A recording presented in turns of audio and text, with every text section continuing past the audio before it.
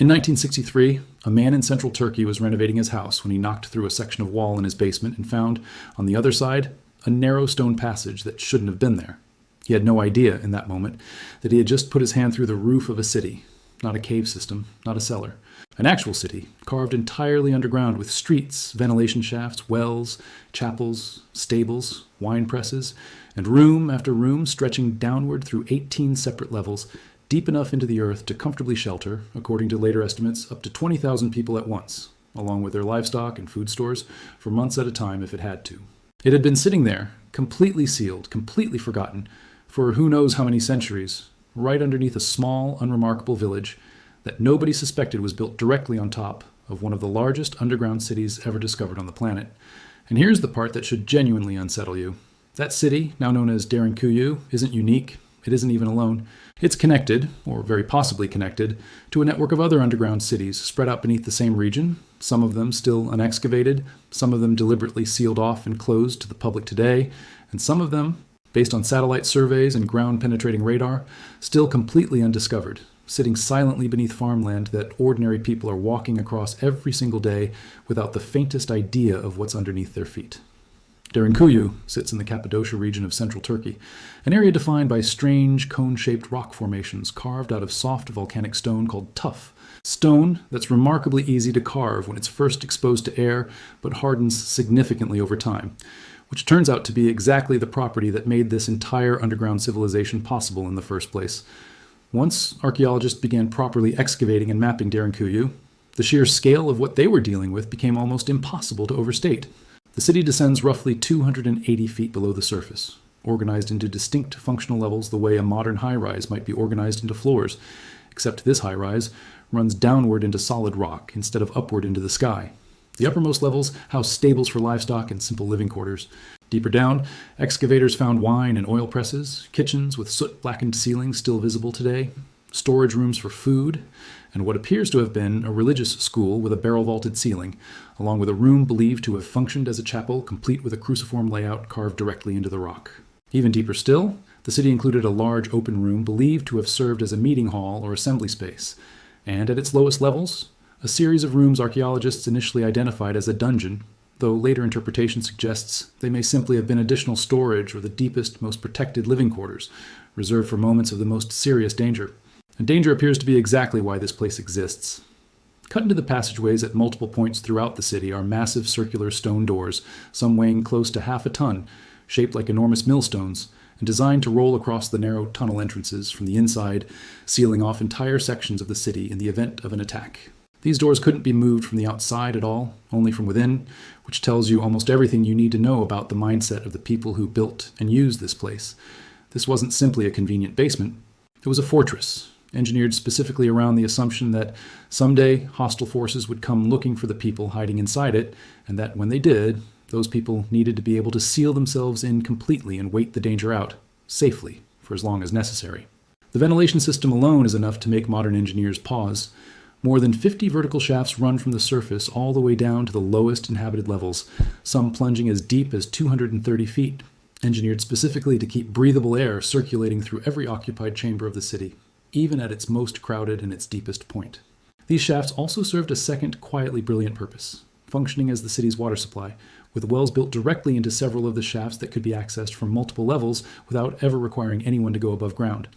Whoever engineered this understood something that took the rest of the world centuries longer to formalize into modern architectural principle, that a shelter this deep and this crowded is completely useless if the people inside it suffocate or die of thirst before whatever they're hiding from ever goes away. Historians generally attribute the earliest phases of construction to the Phrygians, an ancient civilization active in the region as far back as the 8th century BC, though the soft volcanic rock throughout Cappadocia had almost certainly been carved and modified for shelter long before any of that. And the honest answer is that nobody can say with total certainty exactly how old the very first tunnels actually are. What we do know is that the city was massively expanded and reinforced over the following centuries, particularly by early Christian communities living under the Byzantine Empire, who used Derinkuyu and the wider underground network as protection during periods of persecution, and later, critically, as shelter during a long, brutal stretch of Arab-Byzantine raids that swept repeatedly through the region between the 7th and 10th centuries. For communities living through that period, an underground city wasn't an eccentric architectural choice. It was survival infrastructure, built and rebuilt over generations, specifically engineered to let an entire town simply disappear underground, seal the doors behind them, and effectively vanish from a raiding army's reach for weeks at a time if that's what it took. Here's where the story gets even stranger, though, because Derinkuyu is not standing alone underneath Cappadocia. A second, similarly massive underground city called Kaymaklı sits roughly 6 miles away, discovered and open to researchers around the same general period, with its own distinct network of levels, stables, storage rooms, and defensive doors, structured slightly differently from Derinkuyu, but clearly built with the same underlying philosophy of concealment and self-sufficiency. And it doesn't stop at 2. Researchers have identified at least another 200 smaller underground settlements and shelter complexes scattered throughout the wider Cappadocia region, ranging from modest, single-family refuge tunnels to sprawling multi-level complexes that rival Derinkuyu's and Kaymaklı in scale, many of them still only partially explored or mapped. And then there's the detail that tends to be the one that actually keeps people up at night once they hear it. A long, narrow connecting tunnel has been identified running between Derinkuyu and Kaymaklı, roughly 5.5 miles of underground passage linking the two cities directly beneath the surface. It has never been fully excavated or opened, largely due to structural safety concerns and the sheer scale of the undertaking required to properly stabilize and clear a passage that long, that old, and that deep. Which means that right now, today, there is a confirmed underground corridor connecting 2 entire cities that nobody currently alive has walked the full length of. Only a fraction of Derinkuyu itself, somewhere around 8 of its 18 known levels, has ever actually been open to the public. The rest remains closed, some sections for structural safety reasons, since roof collapses and unstable ceiling sections are a genuine, ongoing engineering concern in a city carved almost 1,000 years ago out of volcanic stone, and some sections simply because full excavation hasn't been completed yet. Local authorities and archaeological teams have been explicit that additional undiscovered chambers likely still exist beneath what's already been mapped, and periodic construction projects in the surrounding villages continue to accidentally break through into previously unknown sections of tunnel, the exact same way the entire city was first discovered back in 1963. As recently as the past decade, further excavation work beneath a nearby castle in the town of Nevşehir uncovered what researchers believe may be an entirely separate underground city, potentially even larger than Derinkuyu itself, with early surveys estimating tunnel networks extending across an area of roughly 5 million square feet. That site is still, as of now, only in the early stages of excavation, and large sections of it remain completely sealed off, inaccessible even to the researchers actively studying it, simply because the process of safely clearing centuries of collapsed debris and confirming structural stability takes an enormous, slow, deliberate amount of time. And Cappadocia, as extraordinary as it is, turns out to be far from the only place on Earth where an entire hidden city has been sitting quietly beneath ordinary daily life, waiting to be stumbled into. Travel to northern France, and you'll find the underground city of Naurs, carved into soft limestone beneath a small village, originally excavated as far back as the 3rd century for stone quarrying, before local communities began expanding and repurposing the tunnels as a hiding place during centuries of war and invasion. By the 17th century, the underground complex at Naurs had grown enormous, featuring over 300 separate rooms, complete with stables, bakeries, chapels, and wells, capable of sheltering as many as 3,000 people at once during periods of conflict. And then, remarkably, the entire site was completely forgotten, buried under collapsed entrances and lost from public memory for roughly 2 centuries, until a local priest rediscovered it in 1887, stumbling onto an entire lost underground town that generations of people living directly above it had simply had no idea was there. Head to the island of Malta, and the underground mystery takes on an even older, stranger character. The hypogeum of Hal Saflieni is a subterranean complex carved roughly 5,000 years ago, predating both Stonehenge and the pyramids of Giza, cut across 3 distinct levels into solid rock, using nothing but simple stone and antler tools, as far as archaeologists have been able to determine. It was rediscovered completely by accident in 1902, when workers cutting cisterns for a new housing development broke through into the roof of a chamber that had lain sealed and undisturbed for millennia. Inside, archaeologists found evidence of what appears to have been both a burial site, containing the remains of thousands of individuals, and some kind of ceremonial or ritual space, including a small chamber known today as the Oracle Room, where a specific, unexplained quirk of the chamber's carved geometry causes any low, deep sound made inside it to resonate and amplify throughout the entire complex, an acoustic effect researchers still don't fully understand the original builder's level of intentionality behind. The hypogeum is, today, one of the most tightly restricted ancient sites on Earth. with visitor numbers capped at a strict daily limit specifically to protect its fragile, irreplaceable prehistoric carvings from humidity and carbon dioxide damage caused by simple human breathing, which means that right now, the vast majority of people who will ever hear about this place will never actually be permitted to set foot inside it. Even cities we think we know well have entire forgotten underground versions of themselves buried directly beneath their modern streets.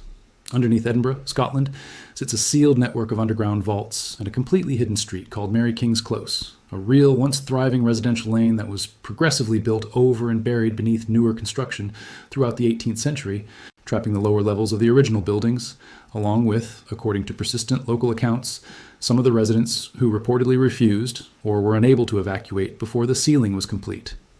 The close remained essentially closed off and largely forgotten for roughly 250 years before being properly rediscovered, excavated, and eventually opened to the public as a historic site, revealing an entire frozen slice of 17th century urban life that had simply been sealed shut and left in the dark for 2.5 centuries. Beneath Beijing, meanwhile, sits a different, more recent kind of underground city, but one that fits the theme of forbidden, hidden infrastructure just as directly. Known as Dixiacheng, this sprawling underground complex was constructed starting in 1969 during a period of serious military tension, specifically engineered as a massive civil defense shelter capable of housing hundreds of thousands of residents in the event of a large-scale attack. The tunnel network reportedly stretches for dozens of miles beneath the city, connecting schools, factories, and government buildings, complete with its own ventilation systems, food storage depots, and, even according to some reports, an underground roller skating rink and cinema built to keep morale up during long stretches of potential shelter time. For decades, the full extent of this underground network remained officially classified, with only limited, carefully controlled sections ever open to tourists before being closed again, and large portions of the system reportedly remain off-limits, restricted, or simply unmapped in any publicly available record to this day. What's genuinely striking, once you start lining all of these up side by side, isn't just that each one exists individually. It's how consistently the same underlying instinct shows up across wildly different civilizations, separated by thousands of years and thousands of miles, with no plausible way any of them could have coordinated with or learned from one another. Faced with the threat of invasion, persecution, or catastrophe, over and over again throughout human history, the answer people converged on, independently, again and again, was the same one. Go down. Disappear into the earth itself, where an enemy on the surface literally cannot see you, cannot easily find you, and cannot follow you without an enormous, dangerous effort. Build the doors so they only open from the inside. Build the air shafts deep enough that nobody can starve you of breath. And then wait, sometimes for years, sometimes for generations, until it's finally safe to come back up into the light. And that, in a strange way, is exactly what makes discoveries like Derinkuyu so quietly haunting, more than 1,000 years after its last defensive door was ever sealed shut. These weren't ancient legends or exaggerated folklore passed down and inflated over centuries of retelling. They were real functioning engineered cities, built by ordinary people facing an extraordinary sustained threat, cities that worked exactly as intended for generation after generation, and then, at some point nobody fully recorded, were simply abandoned, sealed, and left to be quietly reclaimed by the earth above them. Entire communities lived, worked, prayed, and raised children in total darkness, hundreds of feet underground, and when they finally didn't need it anymore, they walked back up into the sunlight and eventually forgot it was even there.